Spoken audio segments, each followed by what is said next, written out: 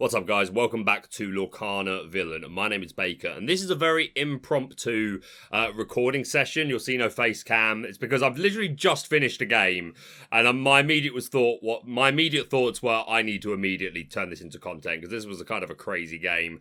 So I haven't got everything set up for face cam, so no face cam for this one particular video. I've never done anything like this before, and if this isn't well received, I'll probably never do it again.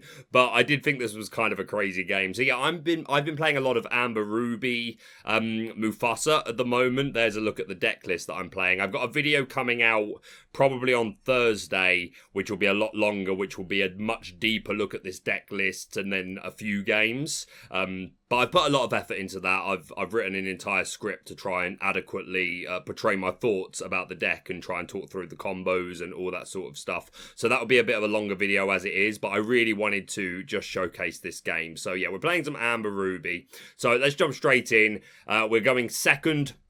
Obviously, I've given you a look at the deck list. We are running Scar, so immediately we throw back these bigger pieces. We want to prioritise our early game. Rapunzel and Mother Gothel is a nice combo that we like to see, and we like to see Doc in our opening hand, if not Lantern. I'm happy to keep the Mini as well, because it's probably not my turn 3 drop because I've got Doc, but I can ink it. I think I thought about throwing it back, but I also then thought, well, I like the rest of my hand, and I want some guaranteed ink. So I did decide to keep it for that more than anything, and we get a Maui, a Mother Gothel, and a Stitch.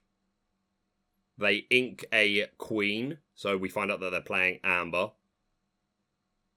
And then they throw down a Ballroom Sensation Cinderella, so they're immediately threatening anything we would put down if we did have a 1-drop, which we don't have. We just inked the Mother Gothel. We've got multiples in our hand. It's unfortunate that we don't have a 1-drop to...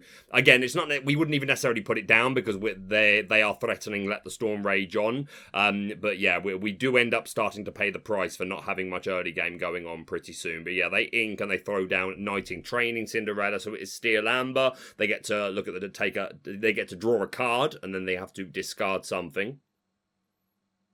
So they throw something away. I do believe I checked what it was. Yeah, it was a Beast Tragic Hero, so I thought they're probably holding another one, or they're holding the wheel, and they're already locked in that they want to play it.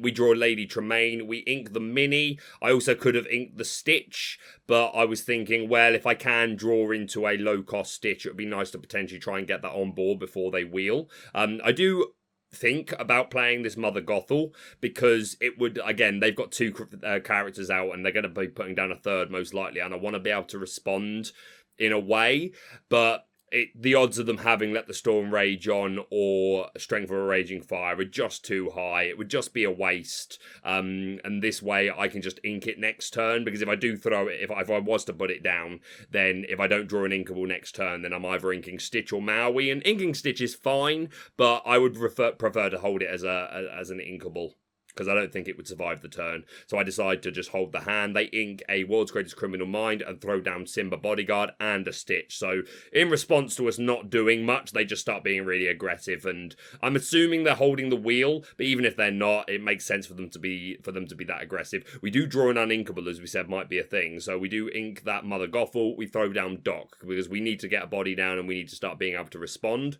They are developing a board and really are only 2 ink away from being able to potentially play a Stout-Hearted Cinderella. They could already play a Rockstar Stitch if they want to. They do ink a Queen, and they throw down the Rockstar Stitch. So they are already applying a lot of pressure. So they quest up with Stitch, with Knight in Training Cinderella, and with their Ballroom Sensation Cinderella. They didn't, and the Simba as well. So they're already at 8. We draw a Server Stitch, so we're feeling the pressure. We throw that away. We're expecting a wheel soon. I'm convinced they've got a wheel. We quest up with Doc, and we could have this turn made a Rapunzel play by challenging their Simba with our Doc and then playing Rapunzel, but I think that's far too passive. I want to start removing threats from the board. So we go with this Maui play instead. They play Strength of a Raging Fire. They do have 3 characters out, so they are able to immediately just do 3 damage to Maui and take him off the board. At this point, I'm really not feeling great. They throw down an Aerial, which is the last card in their hand. I'm holding the Scar, but I'm still a couple of ink away from being able to play it, and I'm pretty sure I'm losing Doc this turn. They find a Grab Your Sword, so as soon as they put down Aerial, it was revealed that they weren't holding the wheel. There was a good potential odds to find it there, but they find Grab Your Swords instead. And yeah, they and ah what they want to do. At this moment, I am praying that they let me keep my dock, because at least it would allow me to get out a Lady Tremaine next turn, or to play both Rapunzel and Mother Gothel next turn, because I can link up to 5, and then I can reduce costs with dock, play Mother Gothel, and play Rapunzel to draw cards and get a bit more of a board. And they do opt to let me keep my dock, which is a huge mistake on their part. But they just quest up. We draw into Simba. Yeah, I do opt to challenge into the Cinderella Knight in Training, because it allows me to remove a threat from the board, and I can put down this Rapunzel and draw a couple more cards. I think I ink this Maleficent straight away, because I'm still in a bit of a... I even about putting this Queen down, but I know they're holding Grab Your Swords. The reason I want to put it down is because I want to be able to respond a bit more to their board, because they're definitely about to take out my dock, and then I've just got Rapunzel, and I want to open myself up to be able to draw into the Floodborn and play that. But I know they've got the Grab Your Swords. They will definitely play it if I put down this Queen. And I don't want them to play the Grab Your Swords, because if they do play it, then also Doc's then only at 1 willpower. And it makes much more sense for them to challenge into Doc with Ariel, because it's easily that they could quest up with Stitch and then just get rid of the Doc with Ariel. So I opt not to play the Queen. We pass over to them. They throw down Cinderella, immediately drawing a card because of being an adoring fan. And I'm sat here and I'm thinking, oh my god, if you let me keep my dock this turn, I literally wipe your field next turn with Scar. They ink the Tragic Hero Beast, which I think they should have just put that down, but there you go. We know they're holding Grab Your Swords. They choose to quest up with everything to 17, and I'm like, oh my god, I'm so excited at this point. We ink the Queen, we quest up with Doc, reducing the cost of Scar, and just look at this board clear. Because they decided to be a little bit greedy and just like they let me keep my dock twice. And that opened me up to a better turn 5, and then turn 6, I'm able to completely wipe the field with Scar. He survives all those hits and still has room to challenge into Rockstar Stitch. We quest up Rapunzel, and at this point we're in a fantastic position. We know the only card in their hand is Grab Your Swords. I can play Surfer Stitch next turn to draw more cards. I can Tremaine whatever they put down. I've got so much going on. Like, this is completely turned around, and they top the whole new world. We know it was a top because we knew it was Grab Your Swords in their hand. I took a look at my discard like, oh, that kind of sucks. But there you go. So we draw 3 queens, Maleficent, Rockstar Stitch, Lantern, and Doc. They throw down a queen, and now I'm feeling a bit salty at this point because they can shift this next turn and quest to 19. So we draw...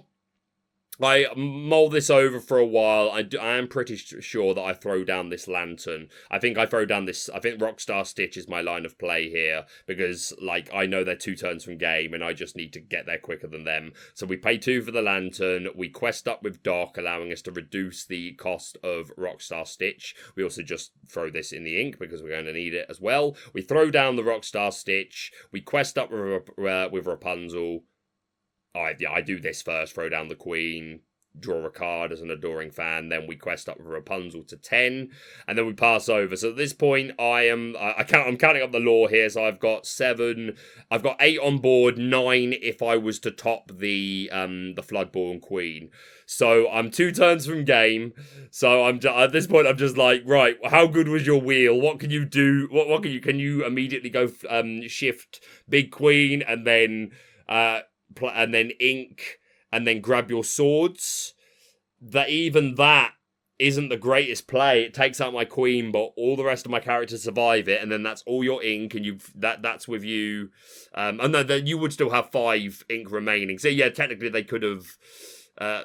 Doesn't matter what they could have done. They play a Lantern, me just like going on hyperverbals while they lolled over what they wanted to do. But yeah, they opt to play the Lantern. They do play down the Floodborn Queen, but at this point they don't have a lot of ink left to play with. But of course they can still sing with that Queen. They throw down Simba, which in their head gives them game, and this is a mistake on their half, really. Well, maybe not. They needed to get up there anyway. The fact that they quest here opens me up to what the move that you can probably already see. We're at 7 ink. They've used all theirs. We're going to quest with Doc to reduce a character cost by 1. We're going to pay for Lantern. We're not going to make the mistake of throwing down the second Lantern because that would leave us with not enough. And we play Maleficent, meaning that we can target this Simba, who would have given them game, and we're able to challenge into this Queen and remove it. So yeah, like, the fact that they quested, it could have survived another turn, and then it would have been on us to find another removal card to stop them going for game the following turn. But yeah, the fact that they quested means we're able to immediately remove it, and then we are just threatening game next turn. So yeah, I just thought this was a really cool game. The power of Doc and like what happens if you don't respect him. The power of Scar. It's only a one-of in this deck, and I just thought it was quite an exciting game. But yeah, there'll be a much longer deck profile and a few more games shown for this deck on Thursday. So I hope you enjoyed this video. Again, if you do enjoy like impromptu little uploads like this of games, let me know, interact with it, like it, comment on it. I don't feel like the algorithm is gonna, the YouTube algorithm is going to like it, so it's down to you guys to tell me and it if you do like it, and then they will continue, and if not, we'll keep things to a more traditional deck profile and gameplay format. But yeah, thank you very much for watching. Hit the like button, show your support, subscribe if you're brand new, and we'll see you soon.